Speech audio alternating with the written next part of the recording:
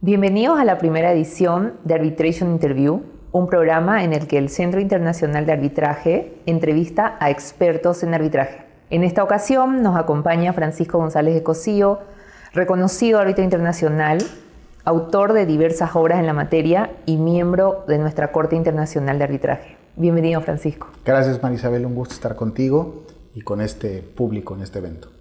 Muchas gracias.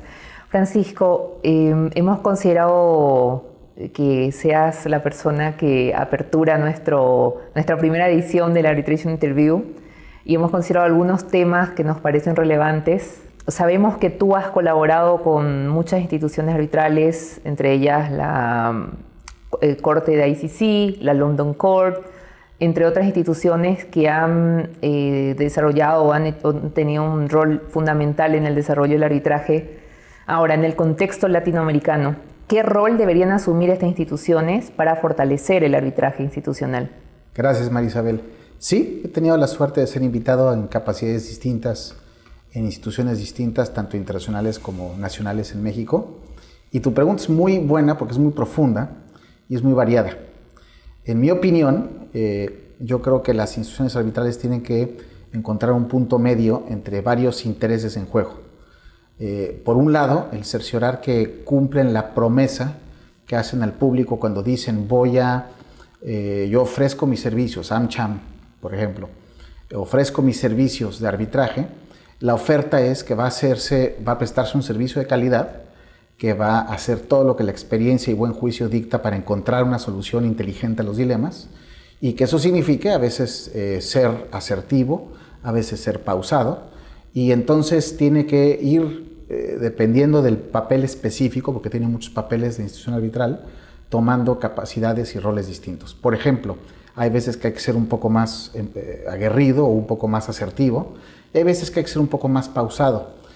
Por ejemplo, creo que del universo de gente con la que tienes que tratar como institución arbitral, tienes que ver si tienes un tribunal muy bueno, sabe exactamente lo que está haciendo, pues ser un poco más deferente, dejar que hagan su papel, hacer poco para que no por querer ayudar se generen complicaciones, se estorbe. Mucho ayuda el que no estorba, dice el viejo proverbio.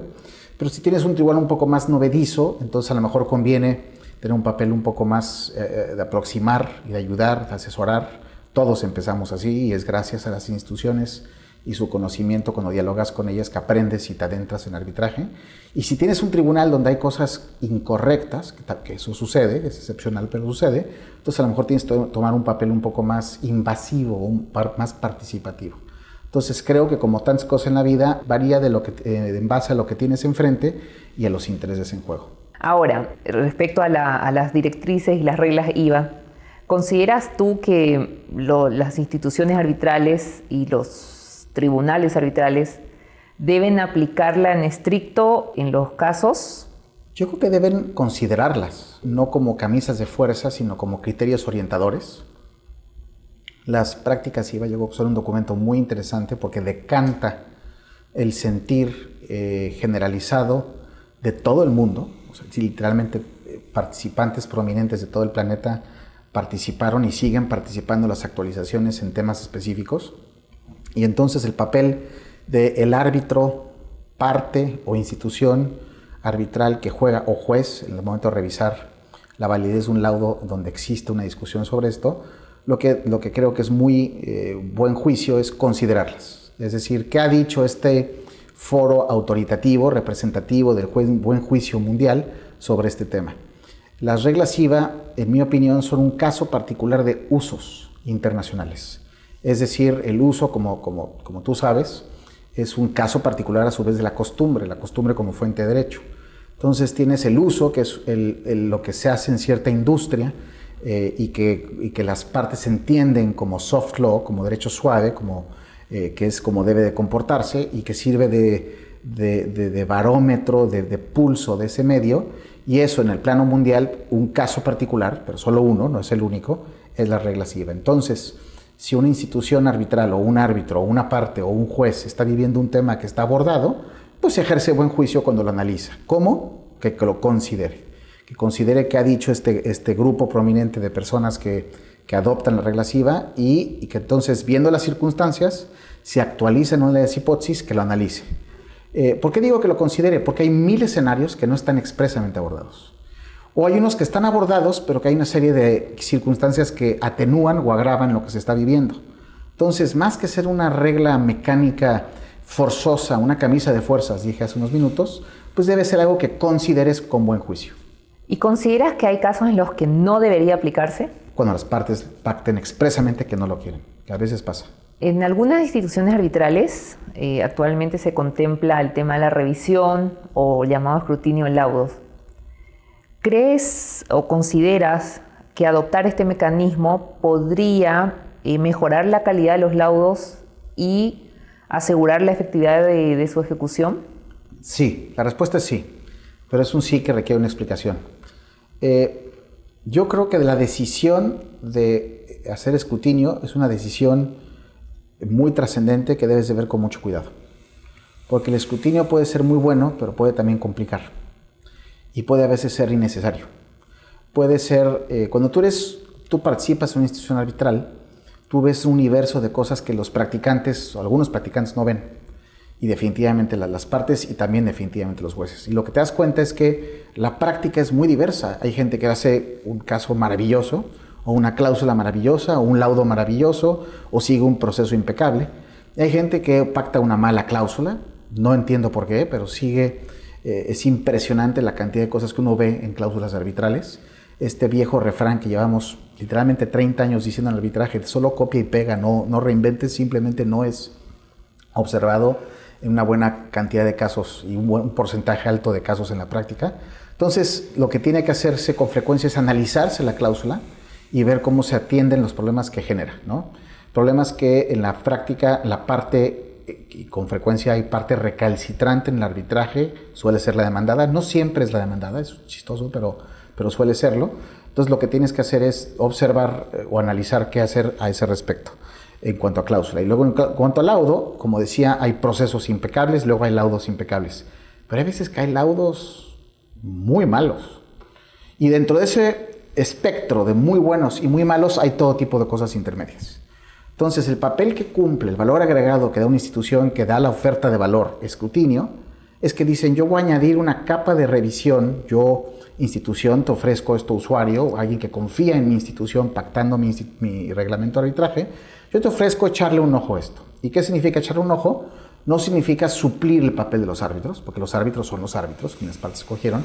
No significa que les vas a decir qué hacer, pero tampoco significa que vas a dar un cheque en blanco, que lo que sea que digan vas a hacer. Tienes que encontrar un nivel de escrutinio, valga la redundancia, un nivel de revisión que atienda también lo que estás viendo. Si tienes de nuevo un tribunal muy bueno, que sabe muy bien lo que está haciendo, lo mejor que puedes hacer es un light touch, perdón el anglicismo, es manejar con poca intromisión, con poca invasividad lo que están haciendo los árbitros. Lo ves bien, adelante, sacarlo lo antes posible. Porque además el escrutinio toma tiempo. Y la gente que hace escrutinio, y esto tú lo sabes muy bien, es gente muy ocupada, y además es gente que tiene que entender que no conoce todo lo que está pasando en el expediente. De un documento frío que deriva de un proceso caliente, de un expediente a veces muy largo, a veces una deliberación que pudo haber sido compleja, que pudo haber habido cosas que pasaron entre los árbitros, que pudo haber habido técnicas por parte de un presidente o una presidenta que manejó un dilema procesal, o un árbitro saboteador, entre otras cosas. Y entonces lo que tienes que entender es que estás viendo algo en lo cual tienes solo una rebanada de la realidad. ¿Qué debes hacer ante ello? Pues ver con quién estás tratando, ver qué proceso se siguió y ver si el documento es algo que merece atención, merece hacerse algo o no. Y en general tiendo a pensar que no. O sea, lo mejor que puedes hacer es meterle poco la mano. Inclusive, hay un espacio para discutir, y es una discusión filosófica, de si inclusive viendo un laudo no muy bueno debes meter la mano.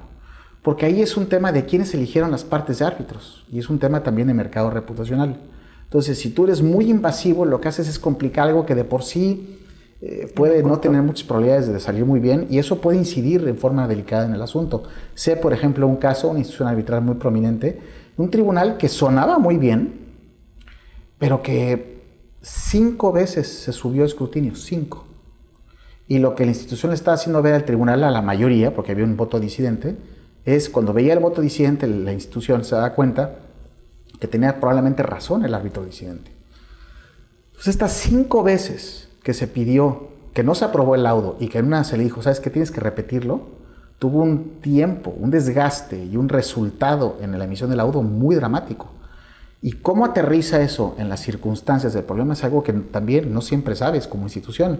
Como abogado de parte, hay 1000 ejemplos que me vienen a la mente en los cuales tú te enteras, tú como abogado de parte sabes una cantidad de cosas que no todo lo ve el tribunal y definitivamente no todo eso lo ve la institución. Entonces, hay veces que lo mejor que puedes hacer es tolerar que salga un laudo que a lo mejor no sería el que tú redactarías, que a lo mejor no es la decisión más sabia, pero que ese es el tribunal que escogieron las partes y que pues con su pan se coman las consecuencias de lo que escogieron. No es infrecuente que luego por demorarlo, a lo mejor lastima más el problema subyacente. Muy interesante. ¿Qué consideras que debe incluir o qué es lo mínimo, como hablaste que hay un mínimo que hay que hacer, lo que debe hacer una institución en el escrutinio? Yo creo que debes ver forma, y eso yo como árbitro lo agradezco, porque los árbitros nos equivocamos, y cuando lees 25 veces un documento, y no es exageración cuando digo 25, lo revisas muchas veces, ocurre el fenómeno de ceguera de taller, y es que lo estás viendo y ya no ves, ya no detectas errores de dedo muy evidentes. Entonces eso es muy agradecido. Como árbitro debes de no ser vanidoso ni egocentrista. Si alguien te hace ver un error de dedo, debes de aceptarlo. Y pasa mucho, a mí me pasa mucho y creo que por lo que veo a muchos practicantes les sucede. Entonces, forma, bienvenido. Pero forma errores de dedo, no es estilo. El estilo es el del presidente, ni siquiera de los 3 árbitros, es el del presidente. Entonces debe uno permitir eso, porque si lo que haces es meterte en estilo, complicas, porque todos tenemos estilos distintos. Pero debes ver errores de dedo, debes de ver temas que sea ostensible, si es muy sutil, a lo mejor vale la pena no tocarlo, que puede haber contradicciones. Porque en algunas jurisdicciones, y cada vez menos, y creo que es la postura correcta, una contradicción en motivación hace las veces bajo un argumento lógico de no motivación. Si tienes en una parte del laudo la aseveración de que hoy es de día y en otra parte que dice hoy es de noche, pues esas dos cosas se cancelan y entonces alguien razona no hay motivación y como la motivación es elemento de validez del laudo, entonces no hay laudo, lo anulan. Hay quien razona así. Eso no es un buen nivel de revisión. Si algún juez ve esto, ojalá y se escuche que no le corresponde a un juez hacer eso. Cuando uno analiza motivación de un laudo, eso no quiere decir que puedes analizar la calidad de la motivación, sino solo el que exista motivación. En análisis no es de esencia, es de existencia. Puedes no compartir la motivación, te puede parecer mala motivación, pero tú no eres, pero verlo distinto a que solo exista sería el equivalente a una apelación, y en arbitraje no hay apelación. Entonces lo que se debe analizar es simplemente que exista una motivación y es entendido ese contexto que va a haber un órgano de control que va a ser el juez de nulidad o el juez de ejecución. El papel de la institución debe ser ver que haya cosas que no sean flagrantes. Si es algo muy sutil o hay contextos distintos, porque esto también lo he visto, que se está diciendo cierta cuestión en un contexto distinto que otra, entonces la verdad es que no hay una contradicción evidente. Perdón, no hay una contradicción. Entonces ahí no hay nada que hacer. Entonces, cosas como esas, detalles sobre lo que la experiencia enseña, las instituciones arbitrales tienen mucho bagaje de experiencia de cosas que han pasado, especialmente en la jurisdicción en cuestión. Entonces esas cosas que se han aprendido como prácticas forenses, como cómo manejar ciertos dilemas, bienvenido, hacerlo ver. En algunas jurisdicciones o los clientes o los usuarios del arbitraje dicen que el tiempo del arbitraje es excesivo o excede las expectativas que tenían en cuanto a duración. Ahora, en tu experiencia, ¿cómo podría mejorarse o de qué depende mejorar los tiempos de duración en los arbitrajes? Y yo creo que sí hay una crítica válida de los tiempos de arbitraje, sí la hay. Porque todos hemos recibido laudos tardados, inclusive hoy en día, donde hay pasos conscientes por muchas instituciones arbitrales para acelerar los procesos. Y también creo que había una deuda de medio a la promesa de la velocidad del arbitraje. Sí la hay. Yo recuerdo algunos casos y de gente prominente de primera, no es una crítica a su persona, es una práctica que observaba, que a veces mi laudo tomaba 2 años y mi cliente me hablaba cada 15 días, me decía qué pasó, no que era eficiente, no que era veloz. Entonces sí es cierto y sé que esta es una preocupación compartida, pero la realidad es más compleja. Las partes pactan arbitraje entre otros factores porque es más veloz, pero no es el único factor. Pero luego las partes tienen parte A y parte B. Y parte B quiere retrasar. Y parte A, aunque quiere acelerar, te sientas a diseñar el proceso y te dicen quiero 4 meses por cada escrito. Y esto no es excepcional. Y luego ya después son 4 meses por escrito 1, demanda, contestación, réplica, a lo mejor no son 4, son 2 o 1, dúplica. Y luego audiencia y te piden 2 semanas de audiencia y te la piden en una jurisdicción o en algún lugar que no es barato. Y te llenan de testigos, muchas veces testigos no necesarios. Hay veces que sí, es difícil saber a priori, entonces como árbitro, para estar seguro que no lastimas, permites más de lo que debes. Y luego viene el tema de los árbitros, de que se tardan. Sí, hay unos que tardan, hay unos que son muy veloces, hay otros que son muy poco respetuosos y consecuentes al ritmo procesal que designa el tribunal arbitral vía su presidente. Ese es el papel del presidente. Un coárbitro tiene que entender que en un tribunal el que manda es la o el presidente. Y no es porque uno sea mejor que es porque es el presidente. Entonces, como el orden de los procesos y de las formas de trabajar puede ser, hay muchas maneras de ordenarte, pues debe preferirse del presidente, porque es su papel, es el líder de ese equipo llamado tribunal arbitral. Entonces, ¿qué se ve mucho? Por lo menos yo lo veo mucho. Árbitros que, pues, el presidente propone una forma de trabajar y uno los no, yo quiero que sea distinto. Entonces, también es un motivo de retraso. Y luego partes que presentan escritos, quieren un caso muy breve, muy rápido, pero te presentan escritos de 300 páginas cada uno. Entonces, todo esto lo cito y no es exhaustivo mi lista de ejemplos, sino que es un problema multifactorial, o sea, está causado por muchos factores. Y en justicia, a veces el que más critica es el que más es digno de crítica, como el árbitro que se tarda, o que no estudió su caso, o que no siguió el proceso, o el abogado de parte que critica el tiempo, pero presentó un escrito de 500 páginas, o el cliente que le dice a su abogado, por favor, chicanea este asunto, y presenta medidas judiciales y órdenes de suspensión, y hay todo tipo de cosas que hacen que la respuesta no sea unifacética, depende de muchas cosas.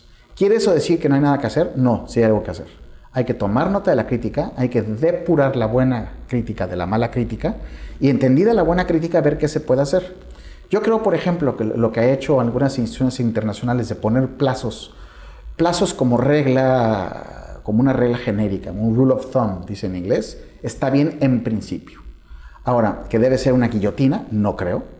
Pero también, si uno se pone los zapatos de ellos, y tú como administrador de un centro de arbitraje seguramente lo has visto mucho, pero no hay caso en el cual cuando los árbitros se dirigen a la institución y le dicen es que me ha tomado más tiempo que digan el caso es muy complejo, no es muy complejo. Entonces, si uno piensa en lo que debe hacer la institución, la complejidad del caso no siempre es el motivo para darlo, porque todos los árbitros dicen que es complejo su caso. Nadie te dice, o escasamente te dicen, este caso es sencillo. Entonces, ¿cómo atender ese problema multifactorial? Yo creo que debe ser una serie de esfuerzos coordinados. Esfuerzo 1, sí es, yo creo que sí es útil y debe continuar, porque siguen habiendo demoras, esta práctica de que si pasado cierto plazo queda claro que hay una demora injustificada, que sí se reduzca los honorarios de los árbitros. A mí sí me parece una buena idea y eso que lo que más hago es ser árbitro. Creo también que eso habilita, y esto yo lo he visto, yo se lo he hecho a coárbitros, les he dicho, oye, ya nos estamos tardando y esto nos va a generar un problema. Es muy útil, porque puedes dentro de un tribunal, y nadie más se va a enterar, decirle a una persona, nos estamos tardando, y esto genera consecuencias. También creo que debe haber un reconocimiento más en costas de la conducta procesal, de la existencia de escritos obesos o de medidas y tácticas dilatorias, esto lo veo mucho, y de árbitros que no son consecuentes en sus decisiones de costos con lo que se ve en el proceso.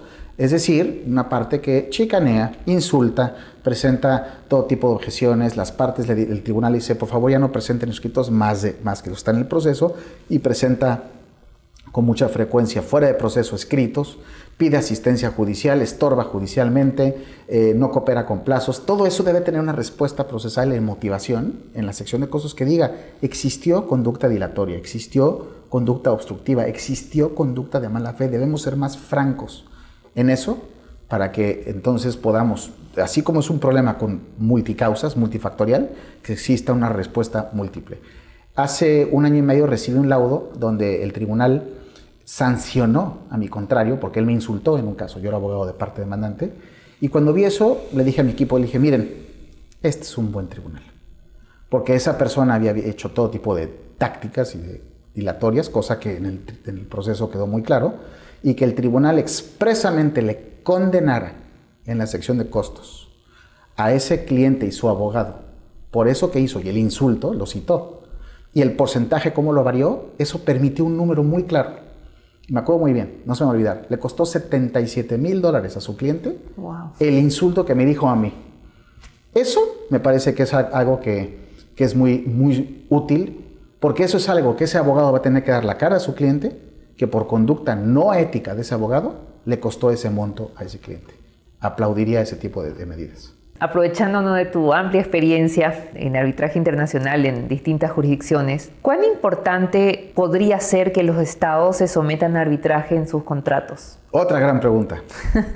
Yo creo que más que importante es útil. ¿Por qué? Y esta pregunta me fascina porque el mundo que estamos viviendo, esto está en el centro del huracán de muchos problemas que hay. El mundo se está replegando en arbitraje de inversión.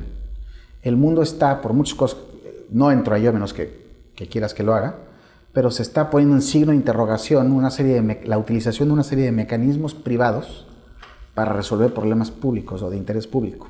Uno de ellos es el arbitraje. Otro es la responsabilidad internacional del Estado y demás. Hay más instrumentos. Pero los motivos que se han dado, y esto es motivo de una tesis doctoral, los motivos que el mundo o actores distintos del mundo y pensadores importantes están dando para intentar justificar el repliegue de la utilización son motivos que no solo son incorrectos, sino que son evidentemente incorrectos, al observador común y corriente. ¿Por qué es esto relevante para tu pregunta? Porque ahorita suena bien, ahorita en un mundo populista, en donde las voces, las masas están premiando con su voto actores que les dice cosas que creen que es lo que quieren escuchar, y que la gente, conforme empieza a vivir las consecuencias de ello, va a darse cuenta, esto es lo que creo que va a pasar, que el camino que tomaron no es el correcto. Un caso particular de ello es el arbitraje. El arbitraje sirve porque le permite a los estados hacer promesas creíbles. Inversionista, ven a mi país, canaliza recursos para hacer una carretera, para hacer un puente, para hacer un dragado profundo en aguas profundas de petróleo, para hacer una obra de infraestructura que premie energía solar o energía eólica, que es de donde el mundo tiene que moverse. Todo eso, el capital público no alcanza para ello. Los compromisos que se adquirieron mundialmente para el Acuerdo de París, no hay recursos suficientes en las arcas de los países del mundo para lograrlos. Necesariamente significan la cooperación de la IP, del capital privado, para lograrlos. ¿Qué debes de hacer para que el capital privado se vaya en ese sentido? Debes de darle un régimen, ya sea general, vía leyes, vía incentivos, o específico, vía contratos, que tengan mecanismos para lograr que si prometes Estado, con aras de atraer inversión para ir hacia donde quieres ir, que existan ciertos actos y que se respetará esa inversión, necesitas un mecanismo que los logre canalizar y cerciorar que una vez que la inversión está realizada, que los activos fungibles dejan de ser fungibles, no vas a tú apropiar esos activos a tu favor. Y eso es el arbitraje, incluyendo la inversión, no solo el arbitraje, la inversión. Entonces, si un Estado quiere lograr sus objetivos de muchas áreas de interés público, tiene que empezar por reconocer que ningún Estado del planeta puede solo. Necesita, y por cierto, tiene un papel que jugar, no tiene por qué hacerlo solo. Hay un papel, la IP se ha ganado, el arbitraje se ha ganado, un papel, un asiento en la mesa de la discusión de los grandes problemas del mundo. Para que ello se logre necesitas estabilidad, necesitas pactos y que se cumplan. Y el mecanismo de cumplimiento es el arbitraje. Entonces, un Estado que quiera usar la fuerza social llamada el mercado, incluyendo la inversión privada, necesita el arbitraje porque es el mecanismo que cerciora que lo que tú pones en papel se va a hacer, que lo que dice tu contrato significa tu contrato. Bueno, ahora a un tema un poco diferente, pero no menos importante. ¿Consideras tú que resulta conveniente que los tribunales o los árbitros puedan ejercer el control constitucional difuso y por qué? Depende. Grosso modo, los países se dividen, los sistemas de control constitucional y convencional se dividen en control difuso y control concentrado. Si el derecho aplicable, si tú eres un árbitro que está sitting in, como dicen los ingleses, si está aplicando un derecho aplicable que es concentrado, la respuesta es no, no te corresponde a ti. Existen órganos de control constitucional y o convencional, es decir, de bloque de constitucionalidad, que les corresponde a ellos cerciorar la regularidad constitucional de cierta conducta. Pero si estás sitting in, si estás juzgando en base a un orden jurídico que admite un control de convencionalidad y de constitucionalidad, es decir, de bloque de constitucionalidad difuso, está dentro de tus capacidades, es una de tus herramientas.